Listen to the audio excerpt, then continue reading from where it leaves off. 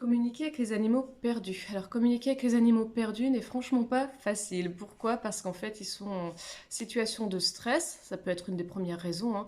Ils sont en situation de stress, ils ne savent pas où ils sont. Il y a des animaux qui sont très angoissés par cette situation. Donc le fait de recevoir, de canaliser les informations est beaucoup moins simple. Je trouve qu'il y a moins de dialogue, il y a beaucoup plus d'images que sur une communication classique. L'autre point, c'est que oui, ça peut effectivement aider à retrouver l'animal dans certains cas. Sur ma page Facebook, vous retrouverez un commentaire de la gardienne de Thiago qui a été retrouvée après 2 semaines d'errance. Parce que la description que Thiago m'a fait du lieu où il se trouvait a parlé directement à sa gardienne et elle s'est dit bah, j'y suis déjà allée dans ce lieu, j'ai déjà appelé, mais allez savoir pourquoi. À ce moment-là, Thiago n'est pas sorti du tout. Et là, le fait de l'avoir prévenu qu'elle allait venir, etc., qu'elle le cherchait, elle est retournée sur ce même lieu, elle l'a appelé, il s'est présenté directement à elle. Donc dans ce cas-là, effectivement, ça a permis à Thiago de retrouver sa gardienne et de rentrer chez lui au bout de 2 semaines loin de la maison. Donc là, ça a été vraiment un grand succès. Mais c'est pas toujours le cas. Pourquoi? Parce qu'en fait, les animaux n'ont pas de GPS intégré, ils n'ont pas d'adresse et ils vont me faire une description du lieu ou ils vont me montrer le lieu dans lequel ils se trouvent. Je vais essayer de le décrire le plus précisément possible sans interpréter les images que je peux voir. Mais ce lieu, moi je sais pas où il est.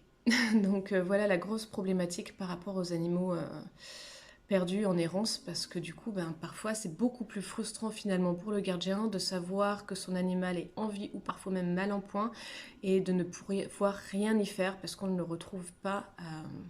Je ne sais pas exactement où il se situe.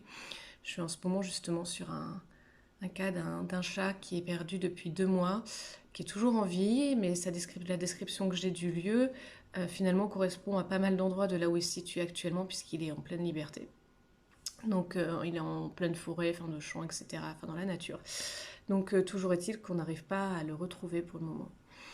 L'autre point négatif par rapport à ce type de communication, c'est pour le communicant, c'est de devoir parfois annoncer le décès de l'animal à ses gardiens, et ça c'est quelque chose que j'aime pas du tout faire. C'est pas du tout plaisant à faire. Voilà, donc c'est aussi une autre des raisons pour lesquelles beaucoup de communicants refusent ce type de communication. Parce que ça demande, parfois ça génère plus de stress chez les gardiens. On ne retrouve pas forcément l'animal à tous les coups. La semaine dernière, j'ai eu la chance, j'en ai retrouvé 2 sur les 3 pour lesquels j'avais été appelée, mais franchement, c'est pas toujours le cas, honnêtement. Donc je préviens toujours les gardiens, moi, quand ils m'appellent, attention, ça peut générer du stress, et puis peut-être que votre animal est décédé, qu'il va falloir entendre aussi cette nouvelle réalité.